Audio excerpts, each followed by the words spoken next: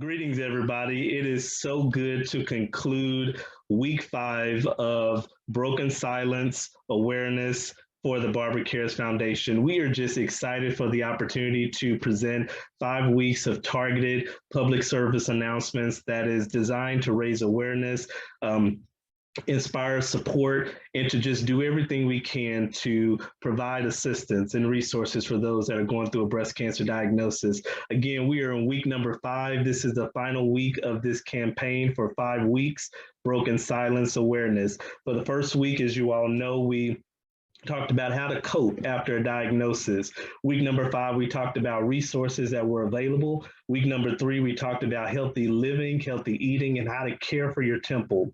Week number 4, we had a phenomenal PSA of the future of medicine and those that are leading the efforts. And today I am joined with none other than Miss D'Angela, and we are going to be talking about survivor stories and how a breast cancer diagnosis affects the family. I am honored to have D'Angela here. I actually had the opportunity to meet her about a year ago at a function that you had through your organization. It was a phenomenal walk, just raising awareness for breast cancer. And so without further ado, I'm going to yield. We're going to do an interview type style today. But D'Angela, tell us a little bit about your story and your journey. And thank you again for being here today. No problem. I appreciate you just even reaching out to me and thinking about me. Guess we did meet last year at the walk, and yesterday I had that walk again this year. So last year was 2020 steps with D'Angela, and then this year I called it 2021 more steps with D'Angela. So and it was phenomenal. It was even better than last year. So I wish I should have reached out to you guys and said, hey, come join me again because we had an amazing time. So I'm so glad. I'm exhausted. I'm kind of glad because it's a lot of work putting together stuff.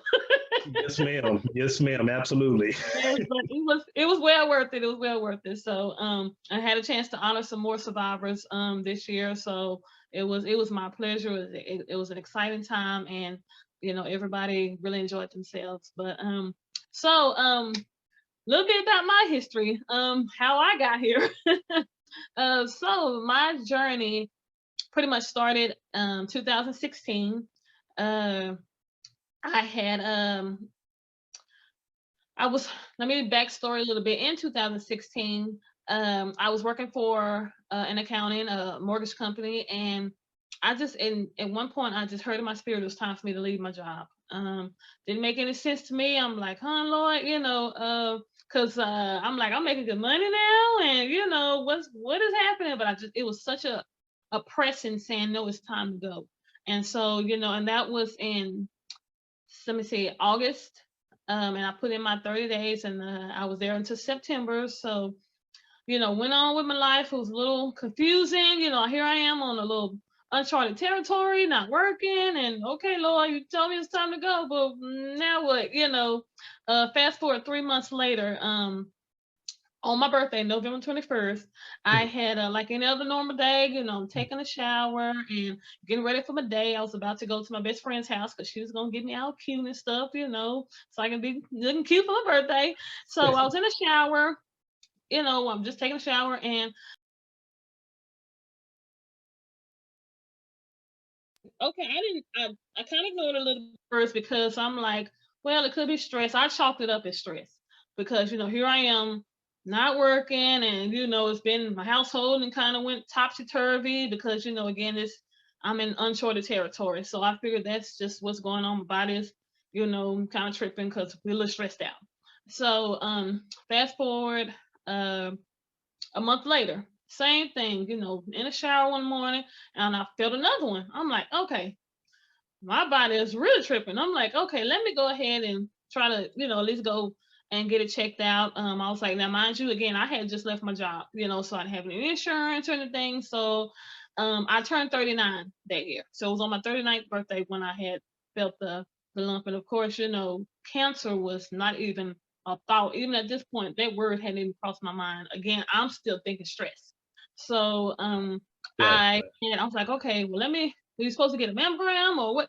Again, I didn't even know what to do first, so I'm like, I don't know how much those cost, how you can do that. So I started Googling, and I found an organization called the Bridge, and reached out to them and say, I need to get a mammogram or something. How do you? And they said, well, first you need to do get an exam done. So I'm like, okay, well, let me find. So I found a clinic in my area to just do that breast exam. And of course, after getting that done, she did recommend that I get a mammogram. So I went and got a mammogram done. They referred me to where I need to go, got that done. So once those results came in, it's like, well, we need you to go get a biopsy. I'm like, okay, again, I'm just going with the flow.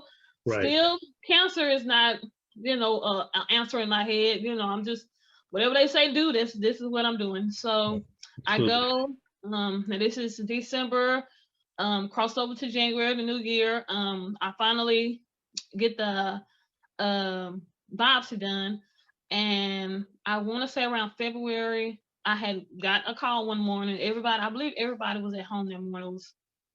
It was kind of crazy. I don't know if everybody was. I know for sure my husband wasn't. He wasn't. It was weird that he was there that morning because usually he would have left already by now. And I get this phone call while he's getting ready to walk out the door, and and I'm told, you tested positive for breast cancer. They just call you and tell you that. So I'm like, okay, I'm just on the phone, like, okay, okay. And so my husband just standing there, I guess he kind of saw the look on my face, and then I told him what I heard, and I remember him like, we'll get through this. And, he kind of went on his day, and then everybody else is gone. I'm just at home, like, what am I supposed to do with this information? I just remember sitting at the house for a while, just trying to figure out, what am I supposed to do next? So I called my mom. I didn't call too many people. I think I called my mom for sure. And kind of let her know, what was told, and just kind of sat around a little bit. And finally I was like, you know what, let me just go and grab something to eat or something, So I left the house to kind of get out. Came back home, and it was so weird because my best friend had pulled up around the same time I did, and I thought that was a little odd, but so of course, I'm being normal, hey, how we do, we come in and we just kind of talking, and again, and the craziest part about that is earlier that morning, I had saw her make a post on Facebook saying, that she had just lost a friend to breast cancer. So in my mind, I'm like, I can't tell her this, she just found that news about somebody else, and I'm her best friend, so there's no way I could tell her that. So that's why I was kind of being normal, trying to be normal around her. And so we got to talking, and all of a sudden she's like, I talked to your mom. And so right there, I already knew she knew because, of course, because my mom was the only person that I had told, so, and of course, we kind of cried together, and, she was like, we're going to get through this, and just kind of go from there. And coincidentally, her sister was an assistant to an oncologist. And so, for Texas Oncology. And so soon, again, as soon as my best friend found out, she was already on top of it. She got with her sister. Her sister was on top of it. Before you know it, I was in the doctor's office with appointments, everything lined up. Again, at the time, at first, I didn't even have insurance or anything. And the Bridge did take care of the mammogram, and I believe even the biopsy at that point. And I did go ahead and file for some insurance. By the end, everything kind of kicked in and started lining up. And even with her, she helped me find funding and just different stuff like that, to help me get through it. But like I said, she got me in there so quick. And the craziest part is everything was still such a blur. Luckily for me, I always had somebody with me, because it's like you hear what they're saying, but your brain is still not really, you still hadn't even processed the first sentence of you have breast cancer. Right. So that's about the hormones, like I heard that, and then everything else was kind of like Charlie Brown, wonk, wonk, wonk, wonk, wonk. So, but anyway, somebody was always with me, so you can kind of basically tell me, okay, well, this is what they're suggesting, kind of go from there. So we got a plan in place, which I ended up doing chemo. Then I had a double mastectomy. Then I did radiation, and then I did reconstruction. So I had 2 reconstructions, and that was my my plan. So I went through that, and this all went from 2017 through my last procedure I had was actually in 2020, first part of 2020. 2019, I'm like, at this point, I'm like, look, I'm tired. I don't want anything else done. Look, I need to try to start getting my life somewhat normal. And, at that time, in the beginning of 2017, when I was going through chemo, I had started a meal prep service. And so I was pretty much running that off and on, because of course, whenever I had a surgery or something, I had to put on hold to recover and started back. So I kind of ran that up until 2020. And so, but yeah, so 2019, I had nothing done. I did end up having to also have a hysterectomy at the end of 2018. That was not originally part of the plan, but between the chemo and my body was kind of doing some things, and it was just the best thing to do at that time. So so it was a lot. It was a lot, but Right. Yeah. I've been cancer free for 4 years now, so praise God for that. So Praise I'm God. just, Amen. continuing to, allow God to use me to help encourage others as well. So it's funny that you had reached out to me for this, because last week someone else had me do an interview for the same thing. And it's like, okay, Lord, and I'm the last person who likes to do any type of public speaking or anything. But, but hey, if this is what, I'm available to do right now, God is using, certain platforms for me to, help encourage others. And I'm definitely here for it. So that was my story.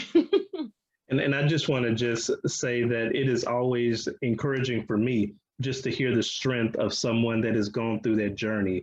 I walked that journey with my mother. I didn't go through it, but I walked that journey with her. And so, as you were mentioning that, I remember the days of mom going through the chemo, going through the radiation, the ups and the downs that came with that. And so, to hear the strength behind your words, I think it's important for people to understand that it's important to have a fighting spirit as you're going through any situation in life, especially one that pertains to a breast cancer diagnosis. And so I just want to salute you, number one, for you having a fighting spirit. And it's important for us through the foundation to share that with others, to let people know that it's not an end all be all diagnosis. People have gone through it. They fought, they may be fighting, and they are surviving, and they are thriving. And so I thank you for just giving an example that you can fight, you can survive, and you can thrive. I do want to just kind of circle back on, you mentioned some key people in your life that were there during that moment. Can you just talk to us briefly about the importance of having a circle, a support group that is around you during life's ups and downs? And in this case, a situation that you were not expecting. How important is it to have a circle in your life? Um, and the thing about it is, having a support system, that is probably one of the biggest keys that got me through this. The Again, remember I mentioned that I was no longer working at that time, and the craziest part about all of that is my mother, my sister, my best friend, and one of my cousins. All of us have always been working women. Always, if we're not working a job, 9 times out of 10 we got hustles on the side, businesses, and always all of us. But around that time, neither one of us had a job. That was the weirdest thing. None of us had a job at the same time. And basically those were the key people who were there for me, was able to get me to appointments and everything. My church family, they were there for me like, never before. And, different people would, ask, well, can I come sit with you this week, for chemo, or can I take you there? Or, because I didn't make a public announcement about it, because it's like the Lord's like, I need, you know, I need you to kind of be focused, because you tell some people, and Right. at that point in life, you definitely don't need people who would, their first reaction to it is, woe is me, oh, crying. Because look, I need to know that everything's be okay. So if you're falling on that, that's not going to help me. Right. So the God, as time went by, he revealed to me who is okay to tell. And I knew it was God, because their first reaction is, okay, oh, I'm praying, and it's, they already on it, so, but that basically, that helped uplift my spirit. My children, they were there for me big time. It's, I didn't know how they were going to handle it. I'm sure they had their moments, but they were just as strong for me as I was for me. As for them, I tried to make my household as normal as possible as I could, because I needed my girls to see me strong. And then my husband, I think his biggest mindset, people deal with stuff different. I think his Right. biggest mindset was, okay, well, let me make sure financially okay. He ended up taking on another job, and just, kind of that was his biggest focus, which, it kind of hurt a little bit. I'm like, I want you to be, but at the same time, God works things out, because, however he needs to, because again, I had so much other people around me, and making sure everything else was good, it's almost like it was okay, so, but when I say, of all the people, my girls, I mean, I have, when I just really think back, and at that time, of course, when you first hear about this, you're like, oh my God, I think my oldest was maybe a sophomore, I think, in high school. And my mom said, oh my God, I'm not gonna see my kids graduate, and all of this is in the back of your mind, like, oh my God, so I'm like, I have to push, I have to make sure, Right. they Right. get a chance to do that. And praise God, the oldest, she's in college right now. My youngest just graduated high school, this year. So I'm just so thankful. And like I said, that support system, having people around, people who are going to pray for you, people that are genuinely going to be there for you, that is really going to help you push through. Absolutely. Especially on days when you don't feel like you can do it for yourself. Right, Yeah. absolutely. Mhm. I did want to ask you, because I get asked this question often. I know it was a question that I asked myself personally when I was trying to help my mother. And for those that are facing this journey, we often hear out how it affects the patient. But how did your diagnosis affect your family? I know that you said that you were trying to put the parameters in place to keep some normalcy, just to show Right. just to show your strength. But how did your diagnosis affect your family? And do you have any words of advice for caregivers like myself that might find themselves in a situation where I want to help, but I don't know what to do? And so where your hands are tied, I know there were many days where I felt like, I'm seeing mom struggling, I'm seeing Mhm. mom in pain. What can I do? What would be some advice that you would tell someone who may find themselves in that situation where they want to help and they Mhm. just don't know what to do? As far as how my family handled it, like I said, I'm sure there were moments where they probably had some. I know my girls probably got together and they probably talked amongst themselves, probably cried amongst themselves or anything. But when they were around me, it's like they had this strength, like never before. In the beginning, it was a little chaotic, especially now I have a middle, so I have three daughters. My middle daughter, I'll just say, what they say about your middle kid, them the ones that gonna keep you on your knees. As So, well. but so I think her dealing with it in the beginning, she, behavior was kind of really all over the place. But then it's almost like after she finally kind of broke down and really got that out of her system. When I say it's almost like roles reversed, and she was my mama, so Wow. you know, she, I mean, I couldn't hot chew or anything without her. She's there. So, Yes. yeah, like I said, and for the most part, I tried to keep our household rolling, being normal, and so of course, I had, like I said, I had chemo, and one thing I was always trying to be considerate of the girls as well, as to my family, like I asked my girls once I started losing my hair. So of course, I had to get it shaved off and everything. I asked the girls, so how would you feel if you saw me, without hair? My oldest and my youngest, they were like, well, I'm fine, it's fine. But my middle daughter, she's like, Mom, I can't see you like that. So I would never, cause the consideration of her, I would never walk around the house like that. She, cause again, we're in this. It's not just about me. I didn't want to have an attitude. Look, it's my head. I can just do. I didn't want to do that because Right. so, but it was so funny once it did kind of start growing back, and she finally was able to kind of see my little, how the hair comes back like little baby all over again. Yes. I couldn't keep it out of my head. It's like, oh, mom, look at your little baby head. She, you know, So, but yeah, like I said, we were strong for each other. So that was the beauty in all of it.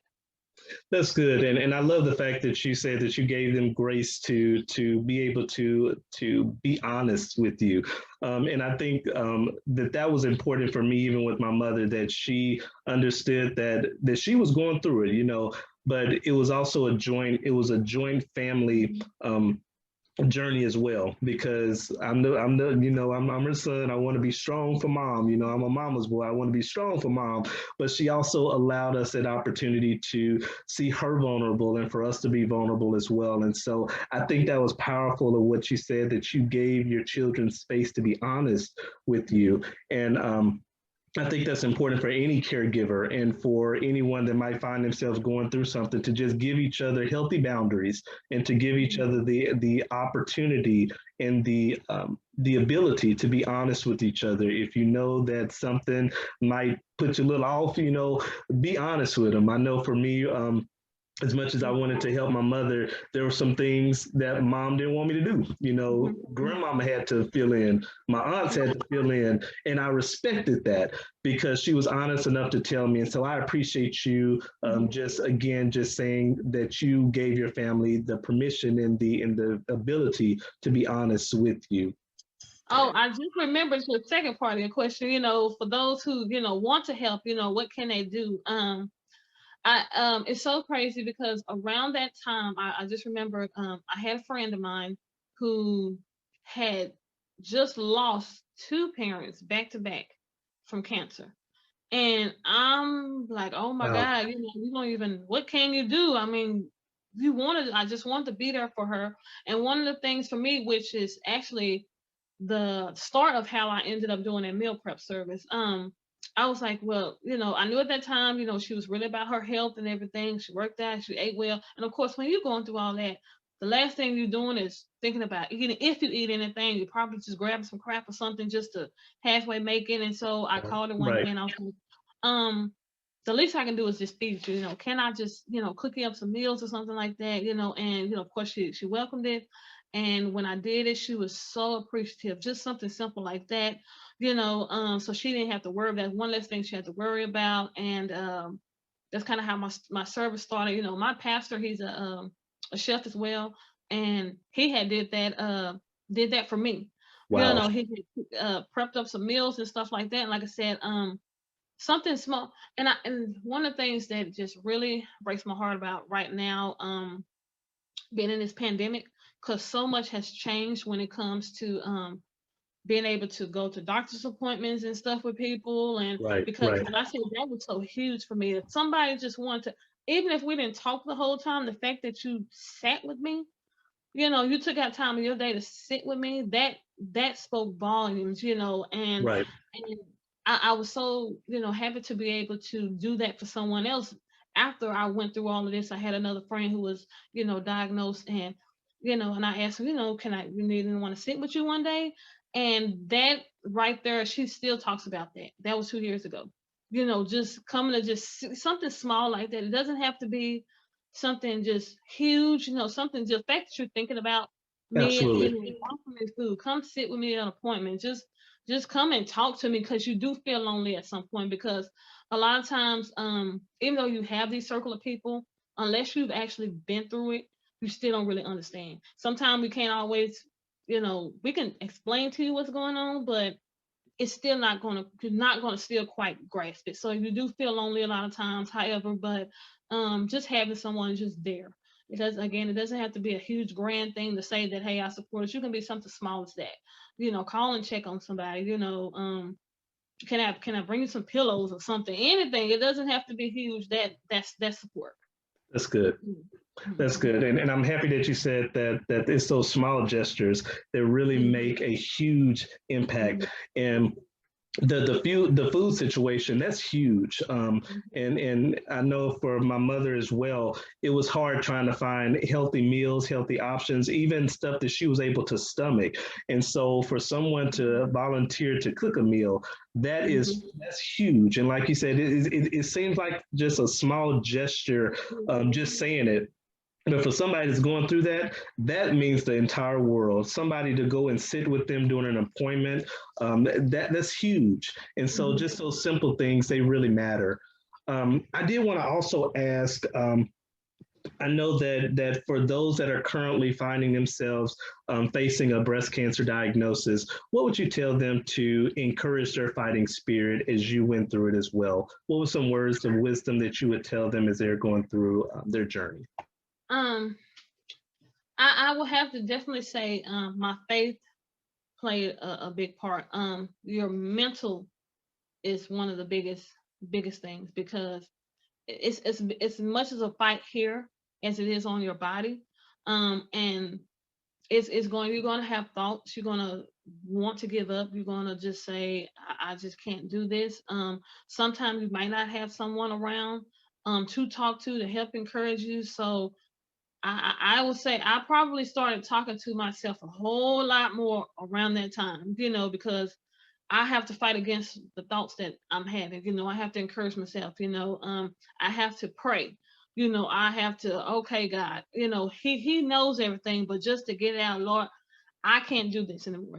I need you to help. When I say it was times like that where all of a sudden I really felt peace and comfort, going through what I am going through. But like I said, the my faith and keeping a positive mindset. You absolutely have to. There's no room for any negative type of mindset. It doesn't matter what it is that you're hearing. Um, that's what's going to help you fight. Your mindset. That's and get around, because because there's so many organizations and groups and stuff like that. If you need to feel like you're not alone in this, and people who will understand, definitely join groups, whether it's in person, whether it's some online groups. That helped me a lot, because again, when there was times where I could talk to you, but you still don't get it. You know what I'm saying? There's times where I need to feel like I'm feeling like this. I need to know that I'm not the only one, feeling like this. Like I'm not crazy, to hear other people's stories. You'd hate that they had to experience that, but at the same time, it helped you know that this happens. You're not just alone in your thinking, you're not just alone in what you're feeling right now. So that definitely helped me as well.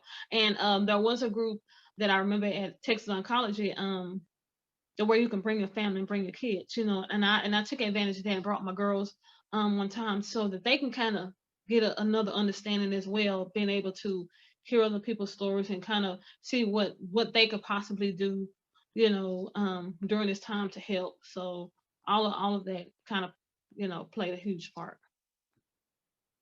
That's good. And my last question I wanted to leave you with before we close out this segment. This is October. This is Breast Cancer Awareness Month. And as you can see on my background, I have Mammograms Matter. If you could speak to the woman, to the man that is hesitant about getting screened, if you could just speak to the importance of why it's important to go and get a mammogram, and we will close out with that. Okay. You hear the you hear the saying, early detection saves lives.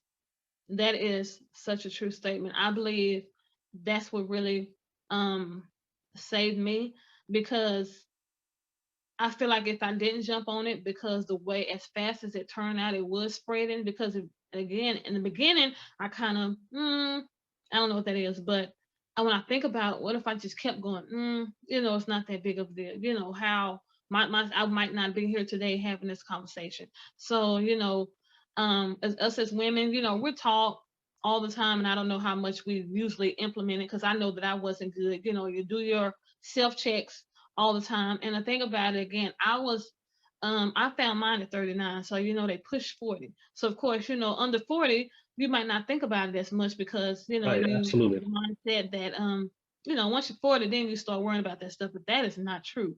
There's women and men in their 20s and their 30s that, are being diagnosed. So the self-check is first, always, do routine self-checks. And then if something does not feel right, go ahead and just get it checked.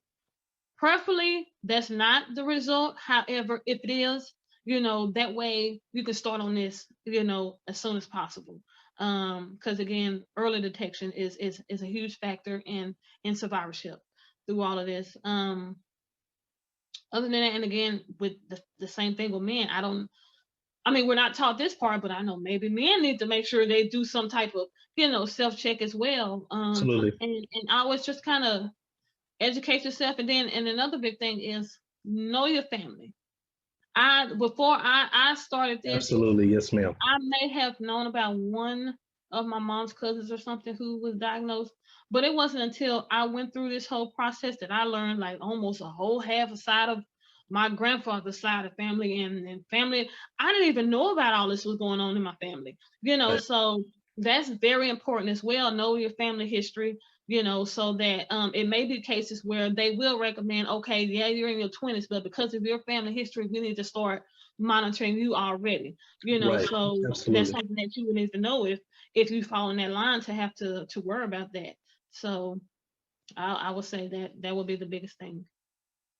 Just to echo on that, and again, I thank you so much for just taking time out today to bring awareness and to share your story. I do want to just mention here at the Barbara Cares Foundation, if anybody is at risk, if you are uninsured, if you are unemployed, if you are in need of a mammogram screening, especially here in the local DFW Metroplex, Dallas Fort Worth is currently ranked third highest in the Mm, nation when it wow. comes to late stage breast cancer diagnosis and mortality rates. Unfortunately, my mother, she was a person that had a late stage diagnosis, which we caught it late. And so ever since her passing, it has been my mission 365 days of this year to ensure that we expand access to mammography screenings. And so if anyone that is watching this replay, anyone that's watching the live, if you are in need of a screening, Barbara Cares Foundation will cover the cost 100%. We encourage you to please check out our website at www.barbaracaresforyou.org. We got you. Mammograms matter, and we encourage you. Today is a good day to get it done. Again, we thank D'Angela for sharing her heart, sharing her story, and for just inspiring us that you can fight, you can survive, and you can thrive. And I'm going to leave you all with this in the words of my mother: continue to fight, continue to smile, and continue to fight some more. Again, I thank everybody for joining us these last 5 weeks. For 5 weeks, broken silence awareness. Today is a good day to get your mammogram. Mammograms matter. Talk to y'all soon. Stay safe.